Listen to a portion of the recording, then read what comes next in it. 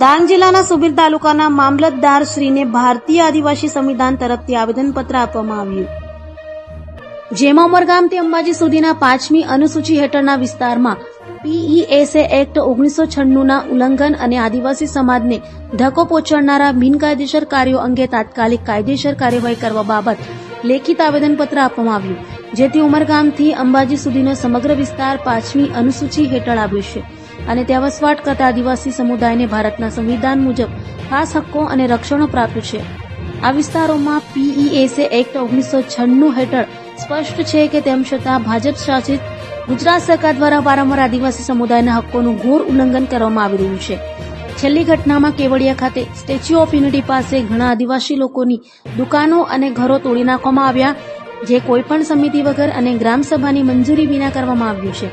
આના લીધે નીચેના મુખ્ય મુદ્દાઓ તાત્કાલિક રાજ્યપાલશ્રી અને રાષ્ટ્રપતિશ્રીની અધ્યક્ષતામાં 5મી અનુસૂચિ વિસ્તારમાં થયેલા તમામ ભંગ સામે સચોટ તપાસ થાય, કેવડિયા સહિત અન્ય વિસ્તારોમાં થયેલા ઘરો દુકાનોના તોડફોડ મામલે જવાબદાર સરકારી અધિકારીઓ અને રાજકીય નેતાઓ સામે કાયદેસર કાર્યવાહી થાય। PESA એક્ટ 1996 અંતર્ગત એક સ્વતંત્ર મોનિટરિંગ કમિટી રચાય, જે રાજ્ય સરકારના નિર્ણયોને ગ્રામસભાની સહમતિ વિના લાગુ ન થાય તે સુનિશ્ચિત કરે। રાજ્ય અને કેન્દ્ર સરકાર આદિવાસી સમુદાય સામે શોષણની રાજકીય રીત બંધ કરે અને તેમની હક હકીકતને બંધારણ મુજબ માન્યતા આપે।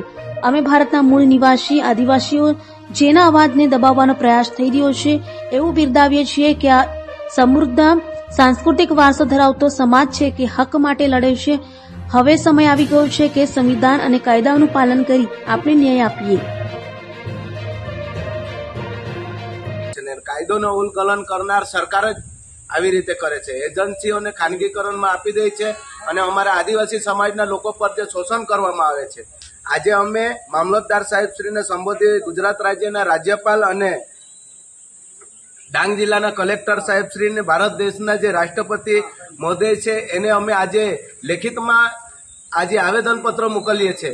જો ટૂંક સમયમાં આવા શોષણો બંધ કરવામાં નહીં આવશે તો આવનારા દિવસોને અંદર અમે અહીંથી ચેલેન્જ કરીએ છીએ।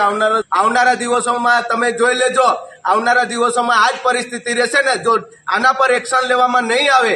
જે તંત્ર જે દુકાનો તોડી છે, ઘરો તોડ્યા છે, એને તાત્કાલિક ધોરણે એ લોકોને સહાયને પૂરેપૂર અધિકાર મળવો જોઈએ અને અમારો બંધારણીય અધિકાર છે।